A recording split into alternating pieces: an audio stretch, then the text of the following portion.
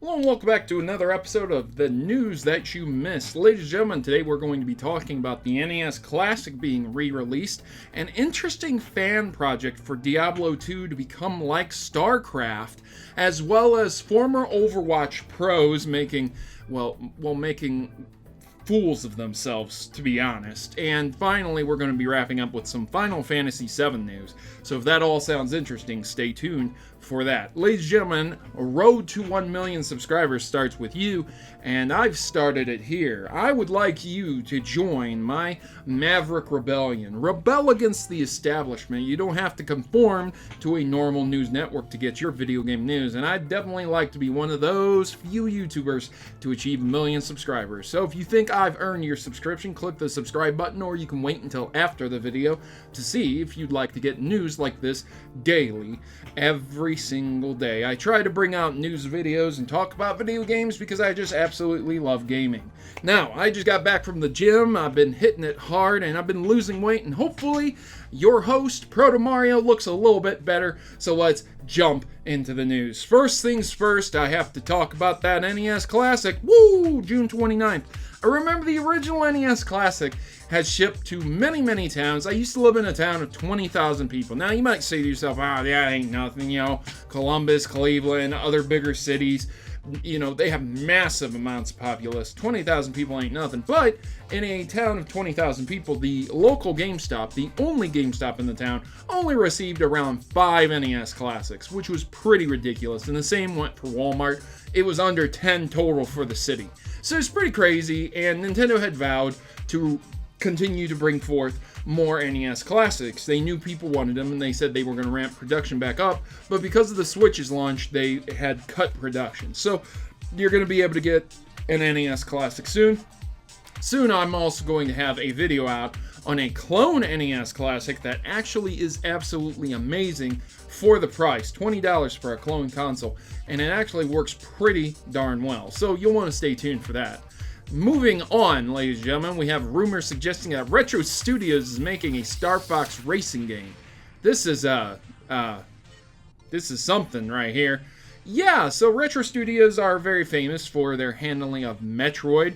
If you guys didn't know, Metroid Prime is a very, very famous game that Retro Studios had their hand in. They've also dealt with things like Donkey Kong Country, Tropical Freeze as well in the more recent times. But to have a Star Fox racing game, if you guys didn't know, Star Fox is the game, the shooter on rails for the Super Nintendo. There's also an N64 version. Don't count that GameCube abomination that had the Star Fox title on it. Star Fox Adventure is not really a Star Fox game. This would be very similar to the shooter on rails, except that you'd be racing. I guess we could call it Star Kart, like Mario Kart, but Star Fox, no, that ain't gonna work. Well, they got enough characters for it anyways. Man, I don't know. I guess this would be pretty cool to see happen. Let me know what you think about it in the comments down below. Hey, we have the Roots Ariana Grande sure can make some music with the Nintendo Labo. Okay. Why? Alright, there's not much else to say about this. There's a video of them making music with the Nintendo Labo. And I mean, if you have a really good singer and some decent things that can make music, it doesn't have to be anything professional. You basically have a band. It doesn't, again, have to be anything amazing. As long as you have a good singer, they can make anything sound pretty decent. So if you're interested in seeing that, I'll link in the description below. But they are using Nintendo Labo, probably because it's pretty outrageous to see a full-fledged band with the singer using Nintendo's toy that's meant to get children into engineering to make a song. So that's pretty cool. There's a fan project to remake Diablo II using StarCraft II, and it's now playable. Ladies and gentlemen, I'll link this in the description below. This is an interesting type of video that I saw, the trailer at the very least. I mean, this is quite amazing. Again, what you're seeing, I'll go ahead and link in the description below, so if you want to see it for yourself personally and get more info, you can take a look at it. It's pretty cool. I'm very excited for it. The Curse of Tristram, and if you don't know Diablo, I mean, yeah, it's pretty easy to get into. You probably really enjoy it if you like RPGs. So Doom's John Carmack opens up about working with Steve Jobs. This was an extensive interview, very, very interesting. This guy, man, John Carmack, even talks about how he reportedly tried to break into a school to steal an Apple II way back in the day when he was 14 because of his fascination with programming and how important it was to him. Really, you should check into this. It's interesting to see the roots of first-person shooters through the eyes of John Carmack. I think Doom revolutionized the FPS market, and yeah, this is some really good gaming history right here. A former Overwatch pro continues to be a self-owned machine. Yeah. Okay, so you guys know who XQC is. XQC is that guy who was let go for multiple violations against that Overwatch code of conduct. He didn't represent esports that well, there's no questioning that. So he was let go off of his team, and now he streams himself. So what ended up happening is he got matched up in a lobby with someone who's really, really good.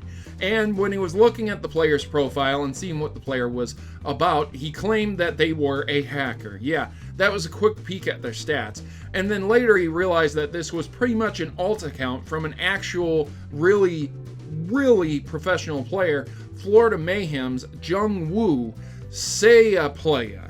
Yeah, so that guy had an alt account, and he actually had to log in and show him that he was actually a real individual, a real player, and that was just an alt account. There are plenty of people who play Overwatch and they do have alt accounts. When this guy tried to explain that he was Saya Playa, what ended up happening is that XQC accused him of trying to throw the match because he was thrown onto his team and he was able to talk to him, and that's what triggered that. But he ended up saying, "Shut the fuck up, shut up, shut up, shut up, man." And that was XQC's reply. After being shown that he was indeed Saya Player by actually streaming the match he was in to show XQC he was indeed Saya Player, XQC did apologize quite a bit later on in the stream. So, yeah, XQC, once again, kind of a joke in the esports scene. Yeah, I'm very glad that he's not representing esports anymore. Man, seriously, you run into a really good player and the first thing you say is, "Yep, he's a hacker." Shaking my head. Stardew Valley is coming on PS Vita, and yeah, it's almost here actually. It's going to be coming out May 22nd. If you get it on Vita, you're also going to be able to get it for the PlayStation 4 because they have that cross-play program. You probably know a lot more about that. I don't really play the PlayStation that much. I have one, I just don't play it that much. And yeah, if you're a big Vita player and you like to take games with you, this is probably really good for you. Really great for college students and soldiers, you know, things like that. Rage 2 is a real thing, ladies and gentlemen. It may have been outed by Walmart in some way, shape, or form, but it really is. It mixes kind of Mad Max with Borderlands. If you never played the original Rage, I would strongly suggest it. It's a pretty good Bethesda game. I think Rage is a decent series, and I would strongly recommend it. But Rage 2 has been announced, ladies and gentlemen, so that's pretty cool. A lot of people who like Skyrim, a lot of people who like those types of Bethesda games will really enjoy Rage 2 probably. There's minor differences, but again, it's better than sitting there playing Skyrim for the millionth time or playing Fallout 4.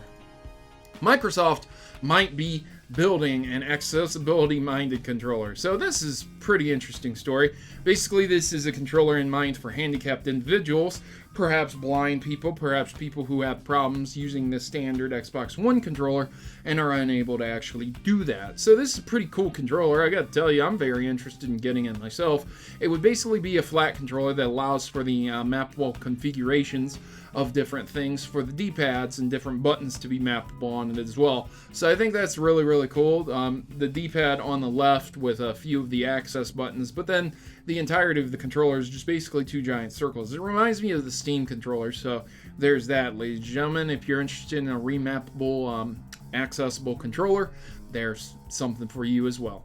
And finally, the big story is that we have the former composer that has composed many tracks for Final Fantasy games, Nobuo Uematsu. Nope, not gonna happen is his name. Not gonna happen, according to me. Anyways, I'm sorry, no disrespect, I just can't pronounce names for anything. This guy is going to be working on Final Fantasy VII's remake as, again, a music person, an individual who works on musical tracks. So that's really, really good. Good sign that Final Fantasy VII Remake is a real thing that is actually going to happen. Is it going to release this year? Probably not. Some people are saying 2025, some people are saying 2020. I don't know. You know, don't ask me, man. I don't work for Square. But at the end of the day, getting news about developers coming to work on these remakes, good news. It's a good sign that the game's actually alive. So that'll do it for this episode of News That You Missed. And boy, it is heating up in here. Ladies and gentlemen, I'm going to cut this off and I'm going to go chill after I edit this video. But first and foremost, I want to thank you for your subscription, if you did decide to subscribe, and if you are already subscribed, liking and sharing the video always helps, and leaving your comments and thoughts about the news stories also help. I'm going to take it over to the end cart slate, and I will see you guys in the next episode. As always, good gaming, God bless, and thank you for taking the time out to watch this video.